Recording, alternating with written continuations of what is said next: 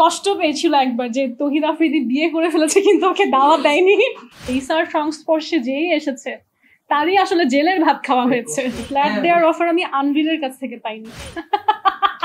Are you really serious? Right now?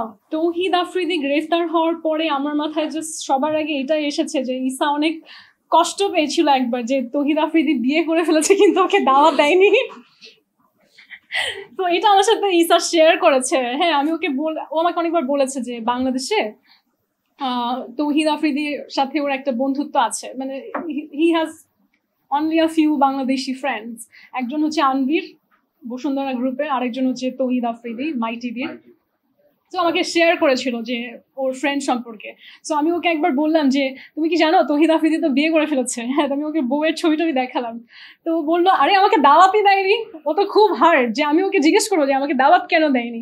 So সেই যে গলায় গলায় বন্ধুত্ব ছিল শুধুমাত্র তৌহিদের সাথে না, আনভিরের সাথেও। এখন আসলে ওকে আসলে কি বিষয়ে ধরা হয়েছে আমি সত্যি কথা বলবো না, আমি এটা আসলে খুব ভালোভাবে ফলো করছি না।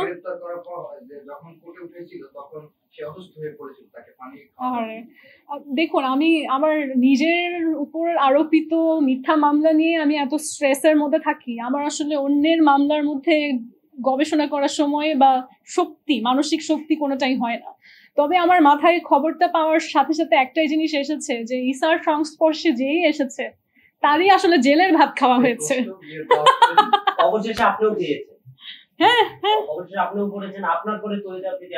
হ্যাঁ, তো ওর সংস্পর্শে আমি এসেও জেলে গেলাম, ওর সংস্পর্শে তৌহিদ এসেও জেলে গেল। ও তো মহাকুফা, মানে বাংলাদেশিদের ওর সংস্পর্শ থেকে দূরে থাকা উচিত। ফ্ল্যাট দেওয়ার অফার আমি আনভিরের কাছ থেকে পাইনি। আর আপনি যে নারীদের কথা বলেছেন যে ও ফ্ল্যাট দিয়েছে, আমি নামটা উল্লেখ করলে ভালো হয়, কারণ আমি খুঁজে পাচ্ছি না। আমি চিন্তা করছি কোন নারীদেরকে।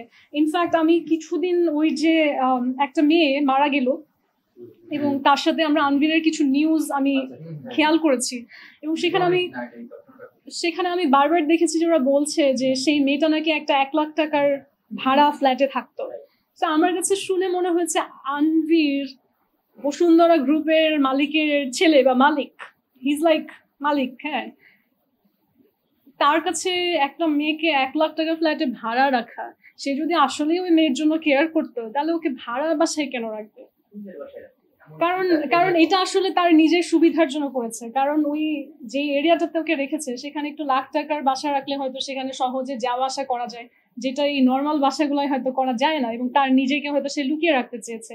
তবে এটার মধ্যে আসলে ওই মেয়েটার কি কিছু পাওয়ার আছে? কারণ যেই এলাকাতে সে তাকে রেখেছে সেখানে কিন্তু 1 লাখ টাকায় আসলে খুব লাক্সারিয়াস ফ্ল্যাট হয় না, অন্য এলাকায় হয়।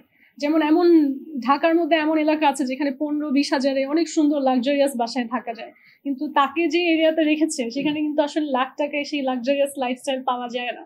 তো আমার কাছে উল্টা আমি অন্যভাবে চিন্তা করেছি। সবাই যেভাবে চিন্তা করেছে লাখ টাকার বাসায় ভাড়া রেখেছে, আমি চিন্তা করেছি সে যদি আসলেই মেয়েটার সেফটি নিয়ে চিন্তা করতো, আসলেই মেয়েটাকে ভালোবাসতো বা তার জন্য কোনো কেয়ার বা কিছু করতো, তা ওকে তো আসলে একটা ফিক্সড ডিপোজিটও যদি করে দিত 1 লাখ টাকার, সেটা ওর জীবনে কাজে আসতো। বা 10 লাখ টাকার একটা ফিক্সড ডিপোজিট, বা ওকে একটা ফ্ল্যাটই কিনে নিল, সেগুলো কিছুই করে নাই। ইনফ্যাক্ট তার যেই সম্পদ, তার কাছে 1 লাখ টাকা 1 টাকাও নাই, ইটস নাথিং। আমি ভয় পাবো কেন? আমি যাদেরকে চিনি, আমার সাথে যাদের উঠা বসা আছে, আমার সাথে যার কথা বলার ভিত্তি আছে, সেখানে আমি বলতে পারবো। আমি অপরিচিত মানুষকে নিয়ে কি বলবো?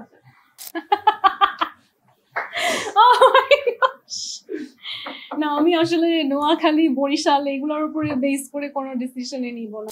মানে আপনি বলতে চাচ্ছেন যে যেখানেই যাই আমরা দেখি যে নোয়াখালী বরিশালরা দ্বন্দ্ব লেগেই থাকে, তাহলে এটা তো আমার কাছে মনে হচ্ছে তাহলে আমরা হয়তো ইন্টারপ্রিটেশনে ভুল করছি। এটা হয়তো টম এন্ড জেরির মতন, তাদের ভালোবাসার প্রকাশই হয়তো একজন আরেকজনের সাথে দ্বন্দ্বে লেগে থাকা। Are you really serious? Right now? আমি বাংলাদেশের যারা হচ্ছে গিয়ে সিটিজেন, জনতা, বাংলাদেশের মানুষ, ইনফ্যাক্ট আমার প্রবাসী মানুষ যারা আছে পৃথিবীর বিভিন্ন জায়গায়, ভাই ও বোনেরা, আপনারা রাস্তায় চলে আসেন, মানববন্ধন করেন, লেখালেখি করেন, সরকারকে বলেন, 2 দেশের সরকারকে বলেন। এই মামলার পেছনে যাদের নামের গুঞ্জন শুনি আমরা, ডিজি শফিকুর, সাবেক রাষ্ট্রদূত ইসা, আমাদের যেই মন্ত্রণালয় থেকে আমাকে এই মিথ্যে মামলায় ফাঁসানোকে অ্যালাউ করা হয়েছে, স্বরাষ্ট্র মন্ত্রণালয়ে, যেই জায়গাতে আসলে কূটনৈতিক সম্পর্কগুলো দেখা হয় পররাষ্ট্র মন্ত্রণালয়, এবং যেই কেন্দ্রবিন্দু আমাদের চিফ অ্যাডভাইজার্স অফিস, যেখানে সব জায়গাতে আপনারা হচ্ছে গিয়ে আওয়াজ তুলুন যে ইনভেস্টিগেশন করেন, যাতে খুব দ্রুত আমাদের সবার আলোচনার কেন্দ্রবিন্দু মেঘনা আলম, তার উপরে এই ফালতু ভুয়া বানোয়াট বেসলেস, যেই কেসে কোনো অ্যারেস্ট ওয়ারেন্ট নাই, যেই কেসে কোনো ভিকটিম নাই, যেই কেসে কোনো হচ্ছে কিছুই নাই, যে সিনেমাটা হচ্ছে, এই সিনেমাটা যেন দ্রুত সমাপ্তি হয়, যাতে করে মেঘনা আলমের ধুমধাম বিয়েটা সম্ভব হয়।